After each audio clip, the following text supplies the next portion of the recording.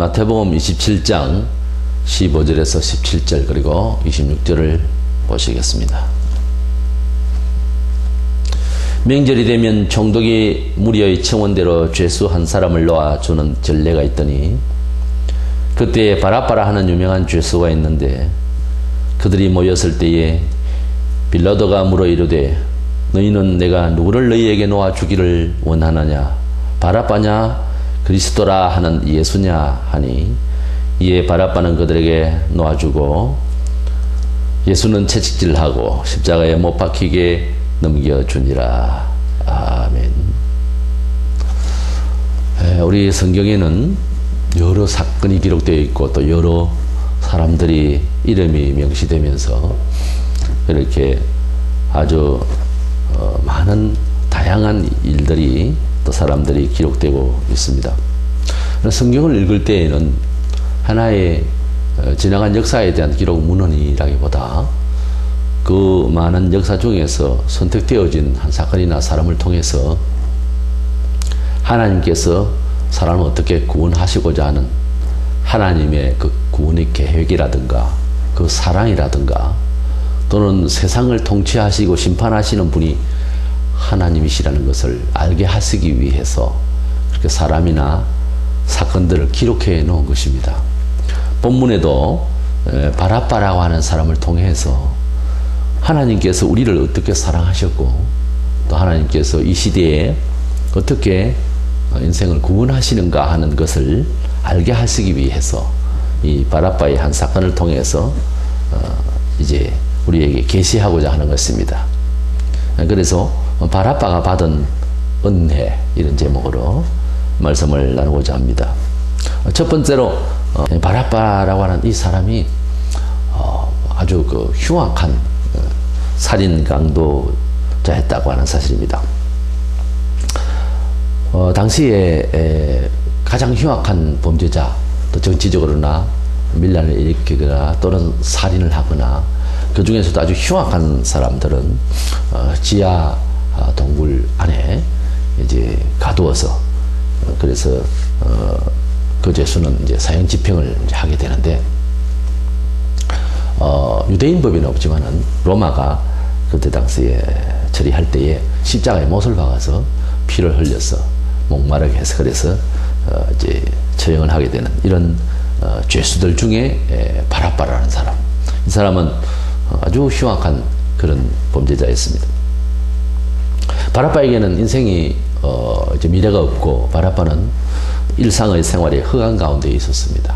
햇빛이 조금도 들지 않는 감옥, 지하 감옥에 있었기 때문에 그는 눈을 떠서나 볼 수 없고 전혀 그의 모든 강도 살인자 같으면 몸도 좀 건강한 편이겠죠. 그의 육체적인 모든 조건이 그로 하여금 편하게 할 수 있는 아무런 기능을 발휘할 수가 없었습니다. 강도 살인자는 바보가 아닙니다. 대충 IQ가 높아요. 그의 머리와 그의 재주는 아무 소용이 없는 땅속에 갇혀있는 그러한 흑암 가운데 있는 사람이었습니다.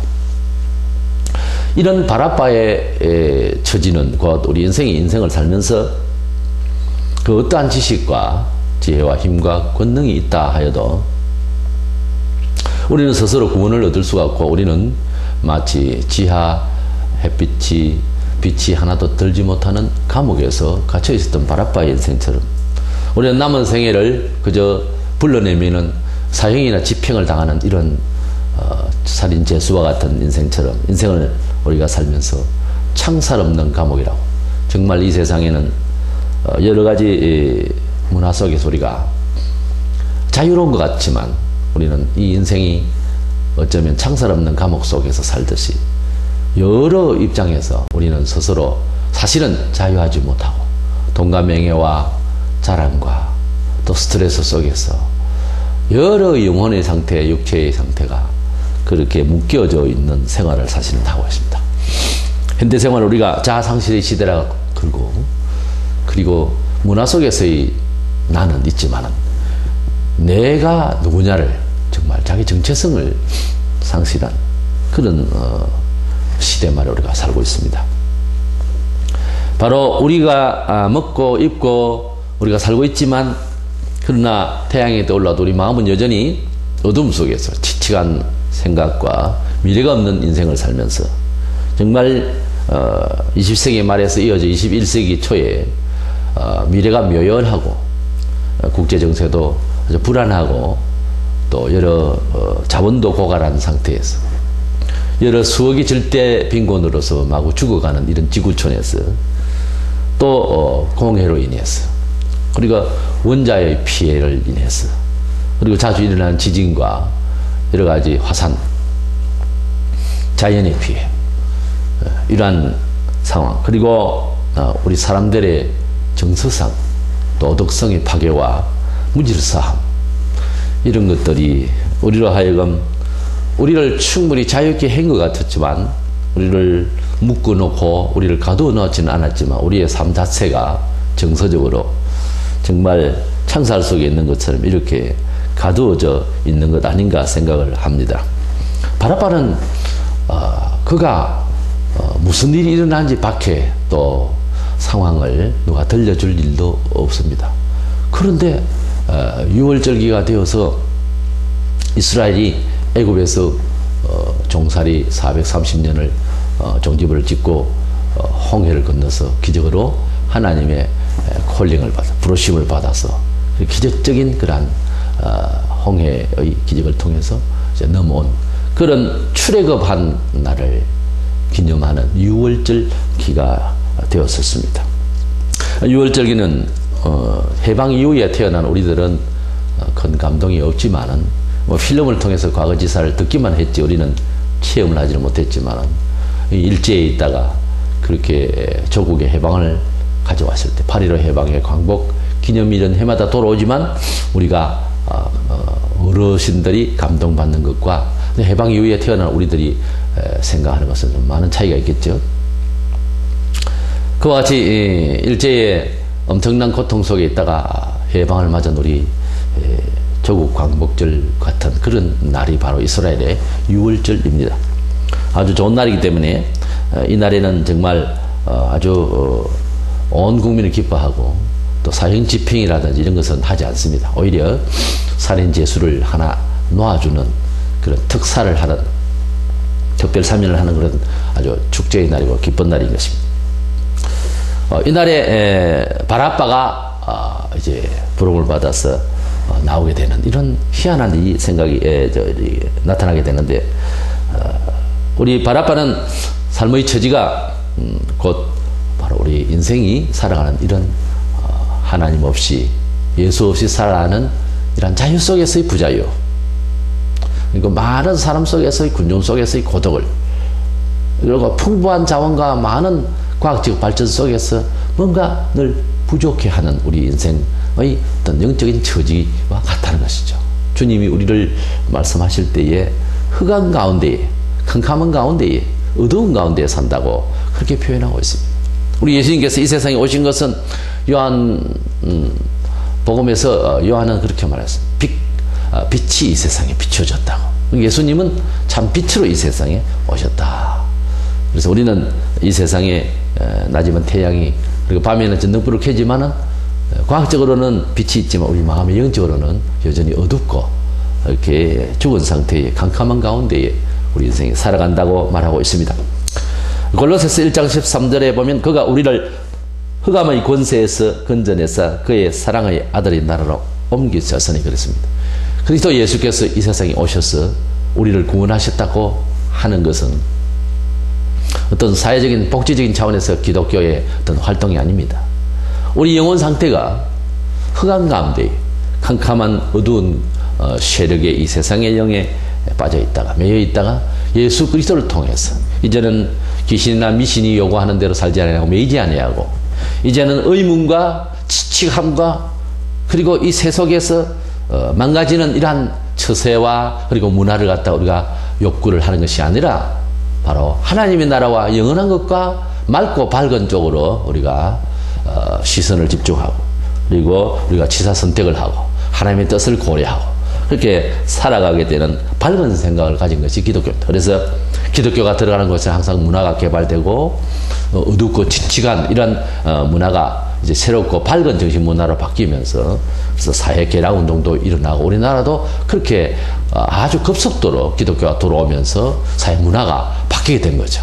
그래서 밝게 바뀌고 그리고 좀 창출이 되어지고 창조가 되어지고 새로운 변혁이 막 일어나게 돼요. 지금도 마찬가지로 기독교가 시작되는 곳에는 항상 새로운 문화까지도 변화를 일으키게 되는 것입니다. 왜냐하면 사람의 영혼 자체가 어두운 가운데 있던 정신세계가 밝은 쪽으로 오니까 참 빛으로 오니까 모든 것을 개량하게 되는 이런 용기도 있어지게 되고 또 사고방식이 그렇게 바뀌게 되는 것이죠. 사람들은 예수님을 하나의 교훈자나 종교 교주로 알고 있습니다. 그러나 우리가 예수님을 믿게 된 우리들은 안 믿고 있는 사람들과의 차이점이 하나 있다면 우리는 예수님의 말씀을 들으면서 우리는 죄인인 줄로 이제 죄인이라고 하는 사실을 인정하게 된 사람들이죠. 우리가 죄인이라고 하는 사실을 인정하지 않으면 사실은 예수님을 믿을 이유가 없는 겁니다.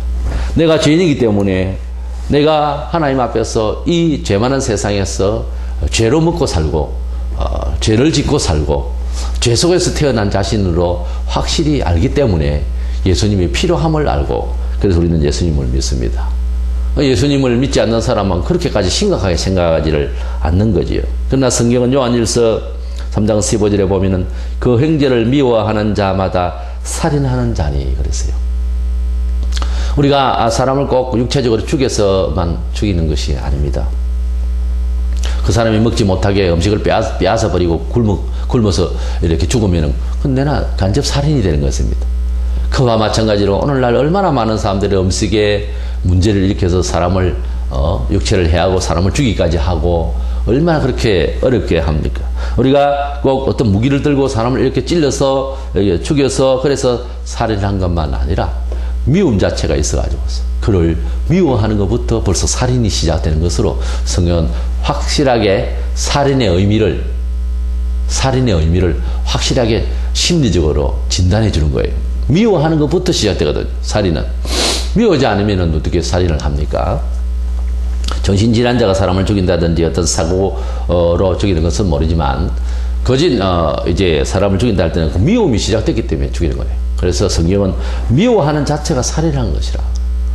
여기에 강도 살인자 바라바를 우리가 보면서 우리는 바라바만 살인자가 아니라 우리가 사람을 미워하고 우리가 이 세상을 미워하고 우리가 우리 자신에게 해를 끼친 사람을 또한 미워하는 그건 정당하다 싶은 감정일지라도 하나님이 보실 때에는 그렇게 미워하고 죽이고 싶은 생각이 들고 하는 그 생각이 벌써 살인이라고 하는 차원에서 볼 때 우리가 어찌 바라바와 같이 그렇게 살인자가 아니면 바라바가 살았던 지하 그런 감옥소와 같은 세상을 우리가 살지 않았다 할 수 있겠느냐가 우리는 처지가 바라바와 같은 거랑 똑같은 처지에 정신적으로는 살인자요 너나 할 것이 다 의인이 하나도 없는 것입니다.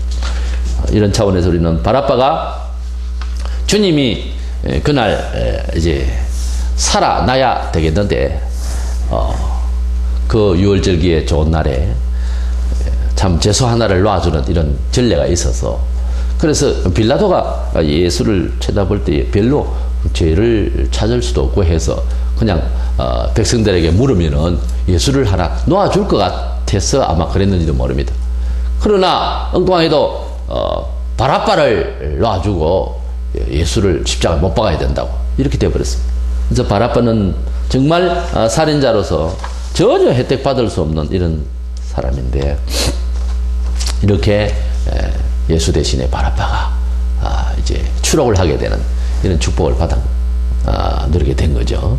정말 그는 예상치 못했던 일이고 그 날도 그 경우도 누가 자기 대신해서 죽는지도 모르고 그 지하 감옥에서 나오게 된 거예요.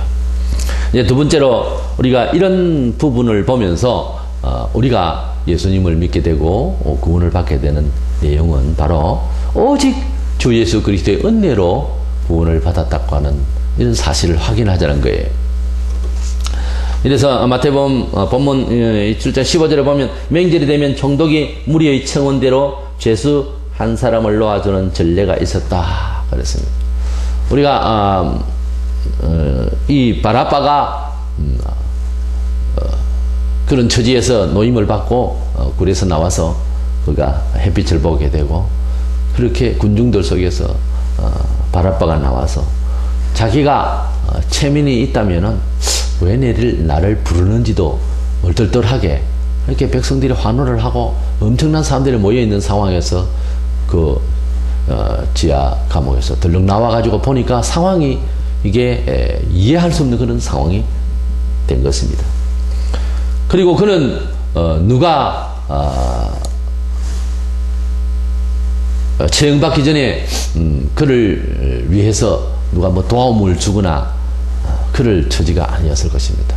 백성들이 바라바를 놔주세요 하고 바라바를 크게 외칠 때에 우리는 어떤 생각할 때 바라바는 아주 유명한 죄수라고 성경에 표현된 대로 모르는 사람이 없을 정도로 아주 흉악한 바라바를 이제 알기 때문에, 모두가 백성들이 알기 때문에 그렇게 고래고래 고함을 지르면서 바라바를 놔주고 예수를 십자가에 못 박으라고 그렇게 난리를 쳤던 것입니다.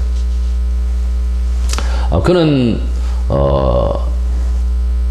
무엇 때문에 나왔는지, 그리고 나와서 어떻게 되는지도 천지 모르면서 이렇게 추록을 하게 되는 이런 은혜를 받은 상태에서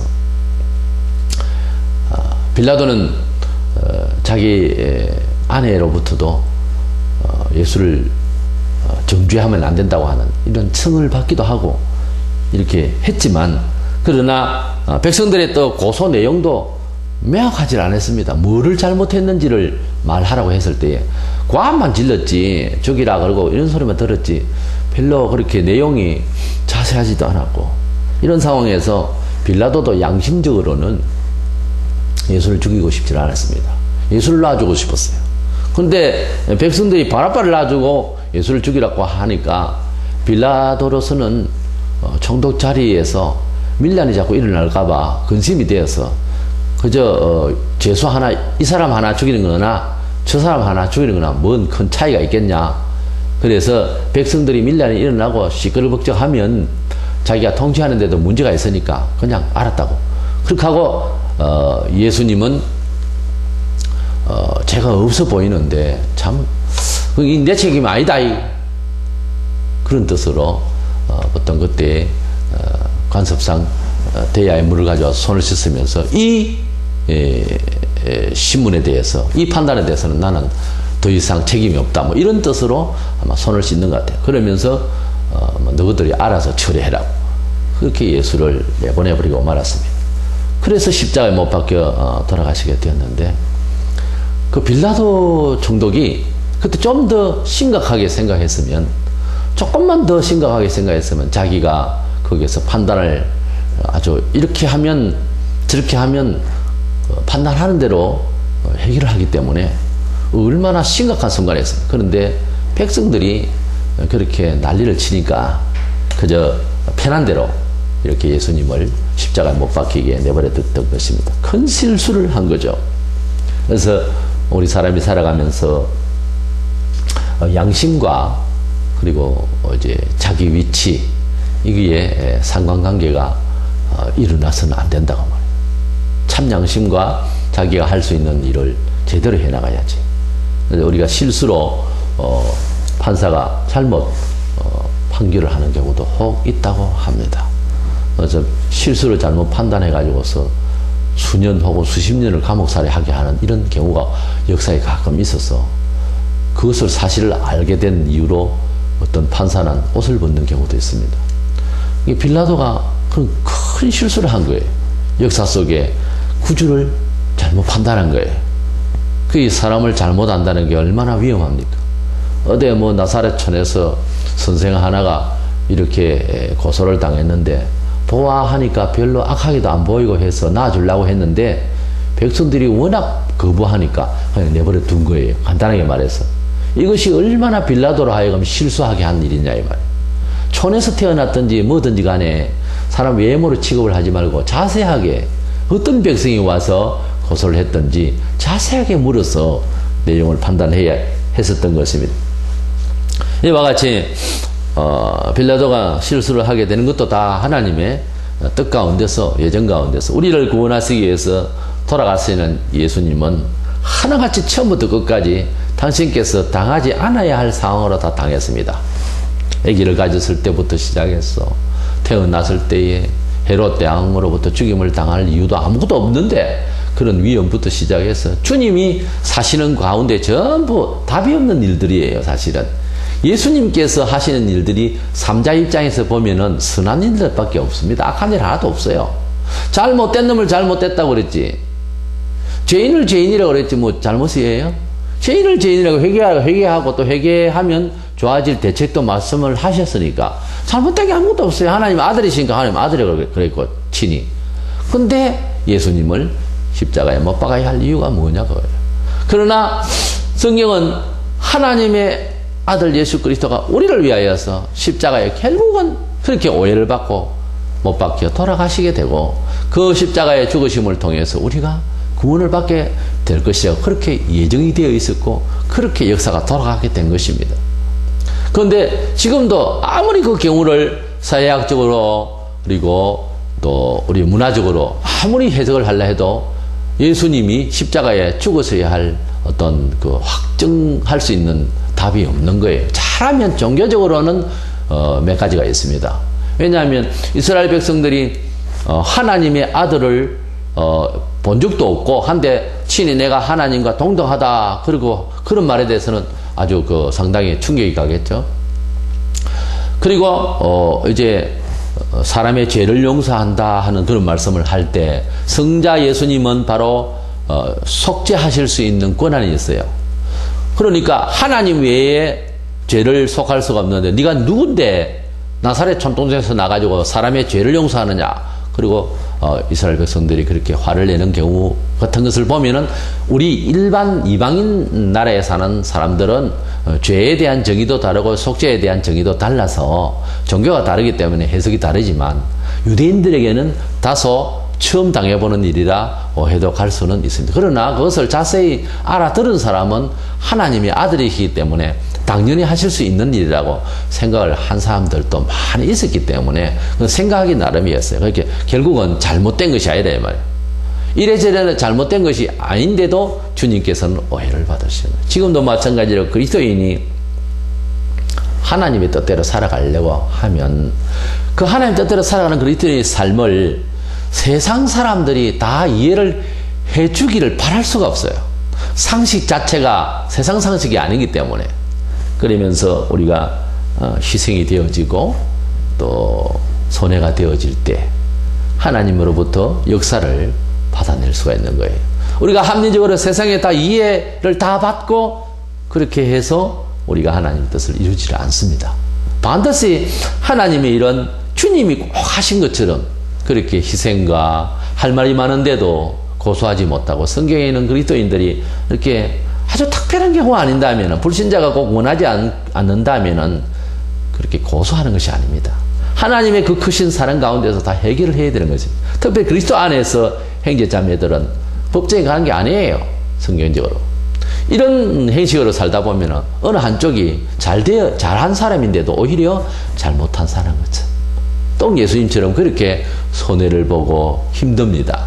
그러나 그것이 하나님께서 역사하셔 배후에서 역사하시고 축복하시고자 하는 처세예요. 이것이 기독교적 삶이에요. 이것이 곧 성경적인 삶이에요. 이것이 곧 그리스도적 삶인 것입니다. 우리 바라빠는 정말 갑자기 예상치 못하게 어느 날 콜링을 받은 거예요. 부름을 받은 거예요.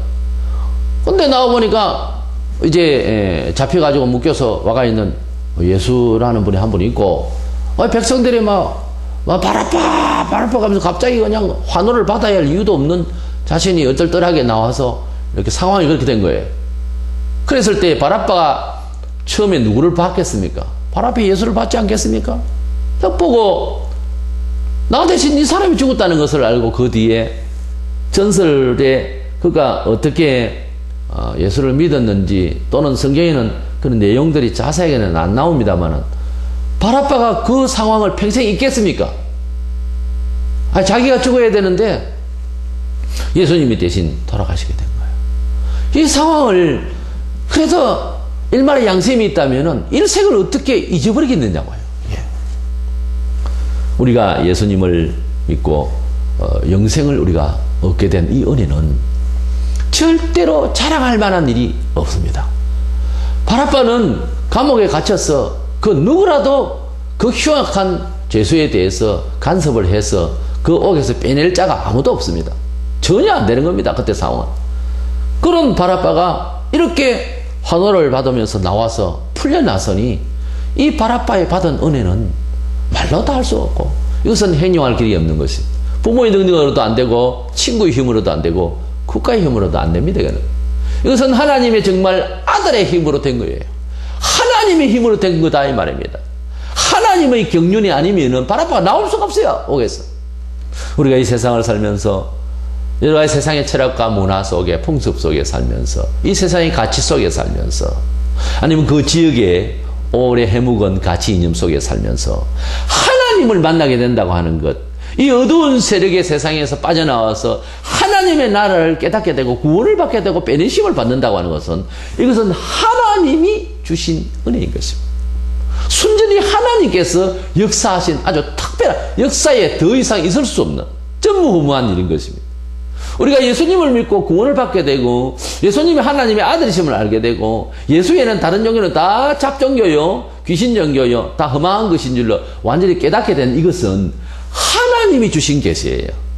하나님께서 작정하시고 하나님의 아들이 오셔서 두 분도 아닌 한 분인 하나님의 아들이 오셔서 역사를 이루지 않았으면 바라빠가 나올 수가 없습니다. 이런 은혜를 우리가 받고 우리가 그리스도 안에서 자기 자랑을 할 수가 있는가? 할 수가 없어요.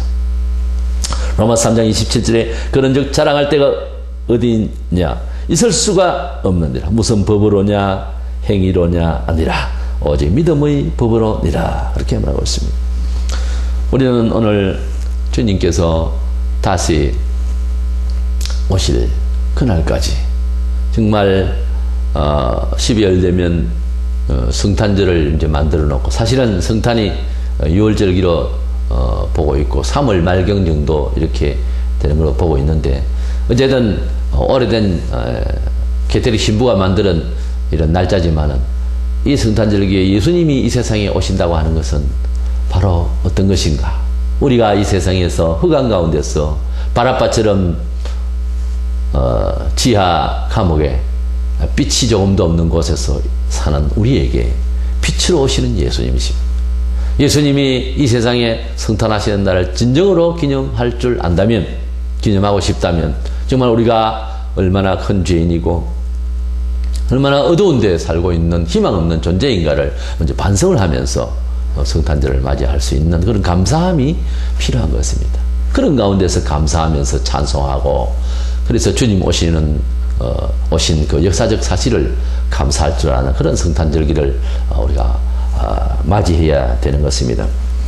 우리는 바라빠와 같은 인생이었는데 바라빠가 상황적으로 볼 때에 스스로는 그래서 그 어두운 감옥에서 나올 수가 없는 상황이고 그의 인생은 이미 사형수로서 점지되어 있기 때문에 기다리기만 했으면 나오면 죽는 겁니다 원래. 근데 사형을 받으러 나온 예수님이 돌아가시고 자기가 살게 된 것입니다. 무죄 석방을 받은 거예요. 이런 은혜를 우리가 지금 받았지 않느냐 이 말이에요. 바라빠와 같은 인생이다 우리가. 바라빠가 받은 은혜의 현장을 우리가 생각을 할 때에 그 뒤로 추록에서 사는 삶은 주께서 계속 살아야 할 그 삶을 대신해서 우리가 살아드려야 하는 것입니다. 옥에 들어가기 전에 사형 직전에 있었던 그의 심정도 바꿔야 되겠고 그의 과거지사도 바꾸었어. 이제는 나 대신해서 주님이 돌아가시게 됐으니 더 사셔야 할 주님의 그 인생사를 우리가 대신해서 살아드려야 하는 것입니다. 비록 근성이 살인자여 죄수였지만 그 근성을 항상 반성하면서 주님이 원하시는 뜻대로 살아드리는 것이 바라빠의 남은 인생이 아닌가 이렇게 생각을 합니다. 바라빠가 받은 은혜를 그냥 한 개인의 바라빠의 인생으로 보지 말고 바라빠처럼 우리도 남을 미워해서 미워하는 것은 곧 살인자라 했는데 우리는 살인자가 아닌가? 아무도 살인자가 아닌 자가 없어. 다 살인자요 우리도 다 하나님 앞에서 형벌 받아 죽어 마땅하는 죄인들입니다. 이런 죄인을 위하여 우리 주님이 대신 돌아가 주셨으니 바라빠가 받은 은혜가 곧 우리의 은혜가 아닌가 생각하면서 다시 한번 주님의 전적인 그 은혜를, 그 말로 다 할 수 없는 그 은혜를, 우리가 알지도 못하는 가운데서도 있었는데 복음이 어느 외국의 사람들이 들어와서 던져준 주의 말씀 안에서 복음을 받아서 우리가 구원을 받게 됐습니다. 그와 같은 거지요. 흑암천지 조선천지에 복음이 들어온 것처럼 오늘도 여전히 지구촌에는 복음을 받지 못하는 사람들이 많고, 아니 우리 혈육과 가까운 사람에게도 아직까지 어둡고 칙칙한 세상의 영에 속해 있는 사람들 가운데 빛 대신 주님을 증거해서 바라빠처럼 사형제수로서 살아가듯이 세상을 살아가는 사람들에게 빛을 던져주고 불러내어주는 우리 삶이 되기를 축원합니다.